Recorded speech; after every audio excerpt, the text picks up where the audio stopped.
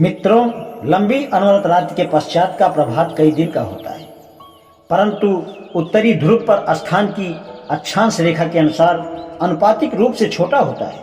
उत्तरी ध्रुव के कुछ अंश इधर उधर परिक्रमित प्रभात का अधिकांश अवधि में उषाकालीन प्रकाश दृष्टिगत होता है। सामान्य दिन और रात का प्रभात काल शीतोष्ण कटिबंध की तरह होता है, जो केवल कुछ ही घंटों का होता है। अनवरत द्योष में सूर्य अंतरिक्ष के ऊपर होता है, वह परिक्रमा करता हुआ दिखाई देता है, जिसका अवसान नहीं होता। यह वक्र परिक्रमा करता है, क्षितिजीय नहीं, और दीर्घ रात्रि में वह पूरी तरह क्षितिज के नीचे आ जाता है, जबकि बाकी साल उसका उदय और अस्त होता है। वह 24 घंटों के कुछ काल में सूर्य के आच्छादन के अनुसार घटता बढ़ता रहता है। अपने विश्लेषण का उपसंहार तिलक इस प्रकार करते हैं। हमारे सामने ध्रुव और परिध्रुव के क्षेत्र के बारे में दो भिन्नताएं या लक्षण हैं। ये अवस्थाएं विश्व के अन्य क्षेत्रों में नहीं पाई जाती। धरती के ध्रुव की आज भी वह स्थिति है जो करोड़ों वर्ष पहले थी, इसलिए उपरोक्त खगोलीय अवस्थाएं सदा समान रहती हैं और इससे आदि सृष्टि काल में तीव्र परिवर्तन हुए हैं। तिलक ने आर्कटिक क्षेत्र की दशाओं के संदर्भ में बताया है और यह तर्क दिया है। वैदिक व्याख्याओं या परंपराओं से पता चलता है कि उपरोक्त प्रवृत्तियों से यह अनुमान होते हैं कि ध्रुव और परिध्रुवीय परंपराओं से वे ऋषि अवगत थे, जो उन्हें वंशानुगत मिली थी। संयोग से वैदिक साहित्य में ऐसे अनेक प्रसंग हैं जिनके दीर्घ रातों और दीर्घ दिवसों का प्रत्यक्ष संबंध मिलता है।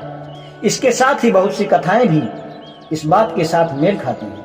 तिलक अपनी नैसर्गिक और वैदिक कथाओं से संतुष्ट हैं कि वे उत्तरी ध्रुव की अवस्था से मेल खाती हैं और निष्कर्ष निकालते हैं कि वैदिक आर्यों का मूल स्थान आर्कटिक क्षेत्र रहा होगा।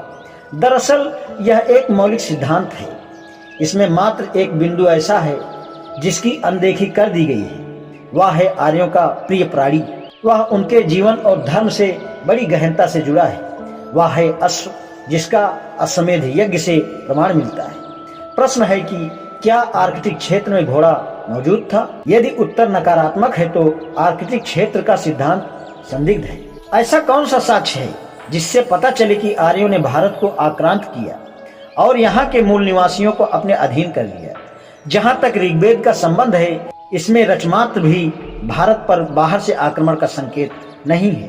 श्री पीटी श्रीनिवास आयंगर कहते हैं, मंत्रों की सावधानी पूर्वक की गई मीमांसा से जहाँ जहाँ आर्य दास और दस्युओं का संदर्भ मिलता है, पता चलता है कि वह पूजा पद्धति का संघर्ष है, प्रजाति का नहीं। ये शब्द अधिकांशतः ऋग्वेद संहिता में आते हैं।